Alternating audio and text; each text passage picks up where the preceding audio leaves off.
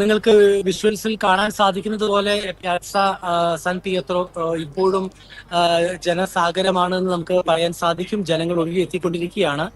അതിൽ രണ്ട് വിഭാഗത്തിലുള്ള ജനങ്ങളെ കാണാം. ഇന്നലെ പാതിരാവിലും പ്രിയപ്പെട്ട ഫ്രാൻസിസ് മാർപ്പാപ്പയ്ക്ക് അന്ത്യോപചാരം അർപ്പിക്കുവാൻ എത്തിയിട്ട് അത് സാധിക്കാതെ പോയവരുമുണ്ട്. അപ്പൊ അങ്ങനെയുള്ളവർ വീണ്ടും തിരിച്ചെത്തിയിട്ടുണ്ട് പ്യാസയിലേക്ക്.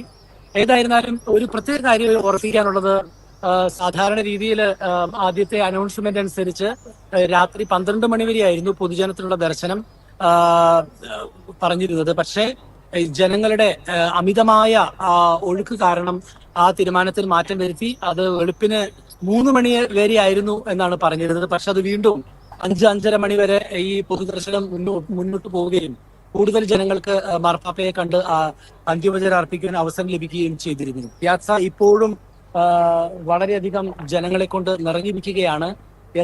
രണ്ട് സൈഡിൽ നിന്നും പല സെക്ഷനുകളായി തിരിച്ച് സെക്യൂരിറ്റി ചെക്കിങ്ങിലൂടെയാണ് ജനത്തെ ഇവിടേക്ക് കയറ്റിവിടുന്നത്.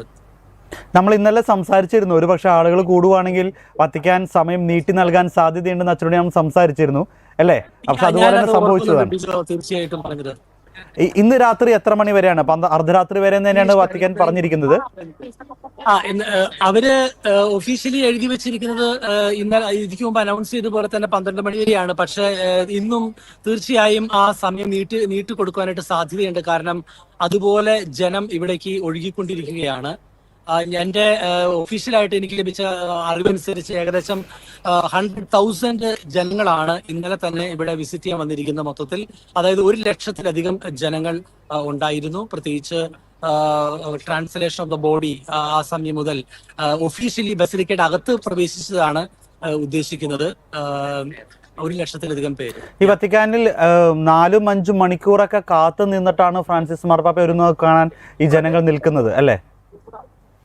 അതെ അതെ അതെ, തീർച്ചയായിട്ടും. മണിക്കൂറുകൾ 4-5 മണിക്കൂറുകൾ തന്നെ നിന്നവർ തീർച്ചയായിട്ടും ഉണ്ട്. ഇന്നലത്തെ കാര്യം തന്നെ എടുത്തു നോക്കുകയാണെങ്കിൽ അപ്പം അത് ദീർഘമായ സമയം അവിടെ വഴിയരികിൽ നിന്ന് കഴിഞ്ഞപ്പോ അപ്പം ഞാനൊരു വ്യക്തിയോട് ചോദിച്ചു, ഇത്രയും നേരം കാത്തിരുന്ന് എങ്ങനെയാണ് മണിക്കൂറുകൾ കാത്തിരുന്ന് ക്ഷമയോടുകൂടി പാപ്പയെ കാണാനായിട്ടുള്ള പ്രേരണ എന്തുകൊണ്ടാണ് അങ്ങനെ ചെയ്യുന്നത് എന്ന് ചോദിച്ചപ്പോൾ അദ്ദേഹം പറഞ്ഞു, പാപ്പ ഞങ്ങൾക്ക് വേണ്ടി ഞങ്ങളെ കാത്തിരുന്ന് ഞങ്ങളുടെ ഇടയിലേക്ക് വന്ന് സമയം ചെലവഴിച്ച് തന്റെ ആരോഗ്യം പോലും നോക്കാതെ ഞങ്ങളുടെ ഇടയിലേക്ക് കൊറോണ കാലഘട്ടത്ത് പോലും മാസ്ക് ധരിക്കാതെ വന്ന ഒരു മാർപ്പാപ്പയായിരുന്നു.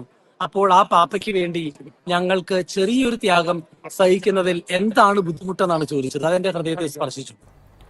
തീർച്ചയായിട്ടും അച്ഛാ, മറ്റൊരു കാര്യം, നമ്മുടെ കേരളത്തിൽ നിന്നുള്ള മെത്രാന്മാര് അവിടെ എത്തിയോ? ആരെങ്കിലേക്കും അച്ഛന് കാണാൻ സാധിച്ചോ? നമ്മുടെ പ്രേക്ഷകർക്ക് ഞാൻ ഇതുവരെയും വ്യക്തിപരമായിട്ട് ആരെയും കണ്ടിട്ടില്ല.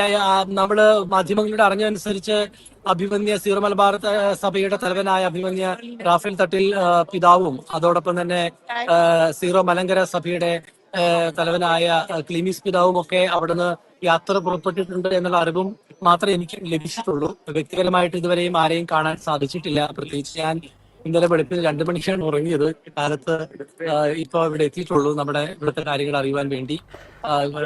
എന്റെ അന്വേഷണത്തിൽ ഇവിടെ ആരെയും ഇതുവരെയും പിതാക്കന്മാരെ കണ്ടിട്ടില്ല. ഈ ഫ്രാൻസിസ് മാർപ്പാപ്പയുടെ ഭൗതിക ശരീരം ഇന്നലെ സെന്റ് പീറ്റേഴ്സ് സ്ക്വയറിൽ പൊതുദർശനത്തിന് വെച്ചത് മുതൽ ഇതുവരെയും അതുപോലെ തന്നെ എനിക്ക് തോന്നുന്നു ലൈവ് തന്നെയായിരുന്നു വത്തിക്കാൻ TV ഫുൾ ടൈം. പൊതുജനത്തിന്റെ ദർശനത്തിന് ശേഷവും ലൈവ്. അപ്പൊ ആ ബോഡി അവിടെ നിന്ന് ഇതുവരെ അനക്കുകയോ അല്ലെങ്കിൽ മറ്റൊന്നും ചെയ്തിട്ടില്ല എന്ന് തന്നെയല്ലേ? ഇല്ല, തീർച്ചയായിട്ടും ബോഡി പൊതുദർശനത്തിന് നേരത്തെ മുൻകൂട്ടി നിശ്ചയിച്ചതുപോലെ വെള്ളിയാഴ്ച വൈകുന്നേരം വരെ അത് പിന്നെ അതിനുശേഷം പ്രത്യേകമായ ഒരു പ്രാർത്ഥനാ സെറമണി ഉള്ളത് ക്ലോസിംഗ് ഓഫ് ദ കോഫിനാണ്. അത് വെള്ളിയാഴ്ച വൈകുന്നേരം ഒരു പ്രാർത്ഥന ശുശ്രൂഷയോടുകൂടി ആ കോഫിൻ അടയ്ക്കും. പിന്നീട് ഒരിക്കലും ഫ്രാൻസിസ് മാർപ്പാപ്പയുടെ ഭൗതിക ശരീരം നമുക്ക് ദൃശ്യമായ രീതിയിൽ നമുക്ക് കാണുവാൻ സാധിക്കുകയില്ല. അതാണ് പിന്നീട് അവശേഷിക്കുന്ന മൃതസംസ്കാര ചടങ്ങുകൾക്ക് വേണ്ടി ശനിയാഴ്ച പിന്നീട് അത് വീണ്ടും പൊതുദർശനത്തിന് വെക്കുന്നതായിരിക്കും. പക്ഷെ അത് ക്ലോസ്ഡ് ആയിരിക്കും. ഈ രാത്രി 8 മണിക്കാണ് വത്തിക്കാൻ സമയം. അപ്പോൾ നമ്മുടെ ഇന്ത്യൻ സമയം രാത്രി ഒരു 11:30 ആയിരിക്കും അല്ലേ? അതെ, നമ്മൾ തമ്മിൽ 3.5 മണിക്കൂറാണല്ലോ വ്യത്യാസം വരുന്നത്. മറ്റൊരു കാര്യം, ഈ മേരി മെജോറെ ബസിലിക്ക, അവിടെയാണ് ഫ്രാൻസിസ് മാർപ്പാപ്പയുടെ മൃതസംസ്കാര ശുശ്രൂഷകൾ നടക്കാൻ പോകുന്നത്. അപ്പോൾ അവിടുത്തെ കാര്യങ്ങൾ എങ്ങനെയാണ്? അച്ഛൻ അവിടേക്ക് പോകാൻ സാധിച്ചായിരുന്നോ? അതുമായി ബന്ധപ്പെട്ട ഒരുക്കങ്ങളുടെ വാർത്തകൾ പ്രേക്ഷകർക്ക് അറിയാൻ ആഗ്രഹമുണ്ട്. എപ്പോഴെങ്കിലും അത് തരാൻ സാധിക്കുമോ? തീർച്ചയായിട്ടും തരാൻ സാധിക്കും. ഓൾറെഡി നമ്മൾ ഒരു വാർത്ത ചെയ്തിരുന്നല്ലോ, ഒരു മേരി മജോറൽ ബസലിക്കയുടെ ഫ്രാൻസിസ് പിതാവിന്റെ മൃതസംസ്കാര ചടങ്ങുമായി ബന്ധപ്പെട്ടുള്ള ഒരു ഡോക്യുമെന്ററി പോലെ ചെറിയൊരു വാർത്ത നമ്മൾ ചെയ്തിരുന്നു. അവിടുത്തെ ഒരുക്കങ്ങൾ പുരോഗമിച്ചുകൊണ്ടിരിക്കുന്നു. പ്രത്യേകിച്ച് മൃതസംസ്കാര ചടങ്ങുകളുടെ ഫ്രാൻസിസ് മാർപ്പാപ്പയെ അടക്കം ചെയ്യുന്ന ബസിലിക്കയുടെ അകത്തുള്ള ഒരുക്കങ്ങളൊക്കെ പൂർത്തിയായിട്ടുണ്ട്.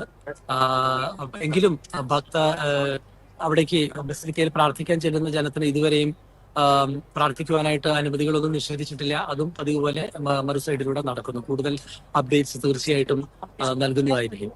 കർദിനാൾ സംഘത്തിന്റെ മീറ്റിംഗ്, രണ്ടാം പൊതുസമ്മേളനം ഇന്നലെ രാത്രി നടന്നിരുന്നു. വൈകുന്നേരം വത്തിക്കാൻ സമയം 5 മണിക്ക് നടന്നിരുന്നു. ഇന്നത്തെ മീറ്റിംഗ് ഇന്ന് രാവിലെ നടക്കുന്നു എന്നാണ് അറിഞ്ഞത്. അത് അതെ, അതായത് ഇന്നലെ വൈകുന്നേരം 5 മണിക്ക് പുതിയ സിനഡൽ ഹാളിൽ വെച്ചിട്ടാണ് ഈ കർദിനാൾമാരുടെ കോൺഗ്രിഗേഷൻ പ്രത്യേകമായിട്ട് ഒന്നിച്ച് മീറ്റിംഗ് കൂടിയത്. ആ മീറ്റിംഗില് 103 കർദിനാൾമാരാണ് പങ്കെടുത്തത്. അപ്പം ഈ മീറ്റിംഗിന്റെ പ്രത്യേകത എന്ന് പറഞ്ഞാൽ, ആ മീറ്റിംഗിൽ എല്ലാ കർദിനാൾമാരും പ്രത്യേകമായി ഓത്ത് എടുക്കണമെന്നുള്ളൊരു നിയമമുണ്ട്. അതനുസരിച്ച് ഓത്തെടുക്കാത്ത മറ്റെല്ലാ കർദിനാൾമാരും അന്നേ ദിവസം ഒന്നിച്ചുകൂടി ഓത്തെടുത്തിരുന്നു. പുതിയ സിനഡൽ ഹാളിൽ വെച്ചാണ് ഈ മീറ്റിംഗ് നടന്നത്. അതിനുശേഷം ആ മീറ്റിംഗ് നടക്കുമ്പോൾ പ്രത്യേകമായ ഒരു പ്രാർത്ഥനയോട് കൂടിയാണ് ആരംഭിച്ചത്. വിയനി സാങ്ക്തോ സ്പിരിറ്റൂസ്, അതായത് പരിശുദ്ധാത്മാവെ വന്നാലും എന്നുള്ളൊരു പ്രാർത്ഥന ചൊല്ലിക്കൊണ്ടാണ് ആ മീറ്റിംഗ് നടന്നത്. അതിനുശേഷം പ്രത്യേകമായി പരിശുദ്ധ പിതാവ് ഫ്രാൻസിസ് ദിവംഗതനായ മാർപ്പാപ്പയ്ക്ക് വേണ്ടി പ്രത്യേകമായ ഒരു പ്രാർത്ഥന അവർ നടത്തിയിരുന്നു. അതിനുശേഷം വൈകുന്നേരം ഒരു 6:30 മണിയോടുകൂടിയാണ് ഈ കർദിനാൾമാരുടെ മീറ്റിംഗ് എല്ലാം അവസാനിച്ചത്. ഇപ്പൊ നമ്മൾ സംസാരിച്ചു കൊണ്ടിരിക്കുമ്പോൾ 9 മണിയോടുകൂടി ആ മീറ്റിംഗ് വീണ്ടും ആരംഭിച്ചിരിക്കുകയാണ്. വത്തിക്കാനില് ആ മീറ്റിംഗ് ഇപ്പോ നടന്നുകൊണ്ടിരിക്കുകയാണ്. നേരത്തെ ഡിജോ ഒരു കാര്യം എന്നോട് പറയാൻ വിട്ടുപോയി. മേരി മജോറ ബസിലിക്കയുടെ കാര്യമായിട്ട് ബന്ധപ്പെട്ട് ചോദിച്ചപ്പോൾ ഒരു അപ്ഡേറ്റ് തരാനുള്ളത്, മേരി മജോറ ബസിലിക്കയിൽ ഇന്നു മുതൽ രാത്രി 9 മണിക്ക് ഫ്രാൻസിസ് പിതാവിന്റെ മൃതസംസ്കാര ചടങ്ങുകൾ തീരുന്നത് വരെ എല്ലാ ദിവസവും രാത്രി 9 മണിക്ക് പ്രത്യേകമായ ജപമാല പ്രാർത്ഥന നടക്കുന്നതാണ്. പിതാവിന് വേണ്ടിയുള്ള പ്രാർത്ഥനയോടുകൂടി പ്രാർത്ഥന നടത്തുന്ന ജപമാല എല്ലാ ദിവസവും 9 മണിക്ക് ഉണ്ടായിരിക്കും. ചോദ്യത്തിലേക്ക് തിരിച്ചു വരുമ്പോൾ ഇപ്പോൾ ആ മീറ്റിംഗ് കർദിനാൾമാർ നടന്നുകൊണ്ടിരിക്കുകയാണ്. ഓക്കെ അച്ഛാ, മറ്റൊരു കാര്യം, 9 ദിവസത്തെ ദുഃഖാചരണം ഇന്നലെ കർദിനാൾമാരുടെ സംഘത്തിൽ ആ ഒരു മീറ്റിംഗിൽ തീരുമാനിച്ചിരുന്നു. അതെ, അത് അറിയപ്പെടുന്ന നൊവാന്താലീസ് എന്ന് പറഞ്ഞ ഒരു പ്രാർത്ഥന ശുശ്രൂഷയാണ്, ചടങ്ങാണ്. അതായത് തിരുസഭയുടെ പരമ്പരാഗതമായ കസ്റ്റം അനുസരിച്ച്, പതിവനുസരിച്ച്, പാരമ്പര്യമനുസരിച്ച് മാർപ്പാപ്പന്മാർ മരിച്ചു കഴിഞ്ഞാൽ അവരുടെ ഫ്യൂണറൽ നടക്കുന്ന ദിവസത്തോടുകൂടി 9 ദിവസം തുടർച്ചയായിട്ട് മാർപ്പാപ്പയ്ക്ക് വേണ്ടിയുള്ള പ്രത്യേകമായ പ്രാർത്ഥനാ ചടങ്ങ് നടക്കുന്ന രീതിയെയാണ് നൊവാന്തലീസ് എന്ന് വിളിക്കുന്നത്.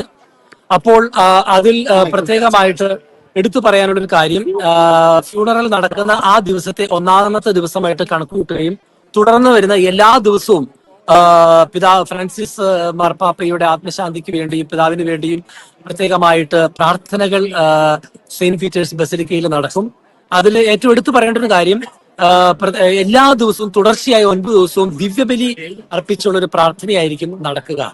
പക്ഷേ ആ പ്രാർത്ഥനയിൽ പങ്കെടുക്കുവാനുള്ളവരുടെ എല്ലാവർക്കും അത് തുറന്നിട്ടിരിക്കുകയാണ്, പൊതുജനത്തിൽ പങ്കെടുക്കുക. പക്ഷേ വളരെ ലിമിറ്റഡ് ആയിട്ടുള്ള നമ്പർ ആയിരിക്കും ആ ബലിയിൽ, സെന്റ് പീറ്റേഴ്സ് ബസിലിക്കയുടെ അകത്ത് നടക്കുന്ന ബലിയിൽ പങ്കെടുക്കാനുള്ള അവസരം ഉണ്ടായിരിക്കുന്നത്. പ്രത്യേകിച്ച് വത്തിക്കാനുമായി ബന്ധപ്പെട്ടുള്ള കർദിനാളും ആർച്ച് ബിഷപ്സും മിത്രന്മാരും വത്തിക്ക ക്യൂരിയും ഡെക്കാസ്ട്രി മെമ്പേഴ്സും അങ്ങനെയുള്ളവർക്കായിരിക്കും കൂടുതൽ പരിഗണന. പൊതുജനങ്ങളായാലും സെലക്ടഡ് മെമ്പേഴ്സ് ആയിരിക്കും അതിൽ പങ്കെടുക്കുന്നത്. അതിനെയാണ് നൊവാന്തലീസ് എന്ന് പറയുന്നത്.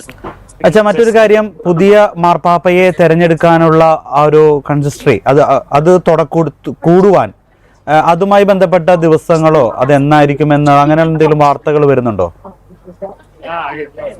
കോൺക്ലേവിനുള്ള ഒരുക്കങ്ങൾ തീർച്ചയായിട്ടും വത്തിക്കാനിൽ ഇതിന്റെ ബാക്ക്ഗ്രൗണ്ടിൽ അതുമായി ബന്ധപ്പെട്ടുള്ള ചിന്തകൾ നടക്കുന്നുണ്ടല്ലോ. പക്ഷേ ഇപ്പോഴത്തെ ഫോക്കസ് എന്ന് പറയുന്നത് ഫ്രാൻസിസ് മാർപ്പാപ്പയുടെ മൃതസംസ്കാര ചടങ്ങുകളിലേക്കാണ്. അതുകൊണ്ട് കോൺക്ലേവുമായി ബന്ധപ്പെട്ടുള്ള വാർത്തകൾ ഒഫീഷ്യലി ഔദ്യോഗികമായി തീർച്ചയായിട്ടും പുറത്തു വിട്ടിട്ടില്ല. ഇപ്പോഴത്തെ എല്ലാ പരിഗണനയും ആ ദുഃഖാർത്ഥമായിരിക്കുന്ന സാഹചര്യത്തിൽ മൃതസംസ്കാര ചടങ്ങുകൾക്ക് തന്നെയാണ് ഫോക്കസ്.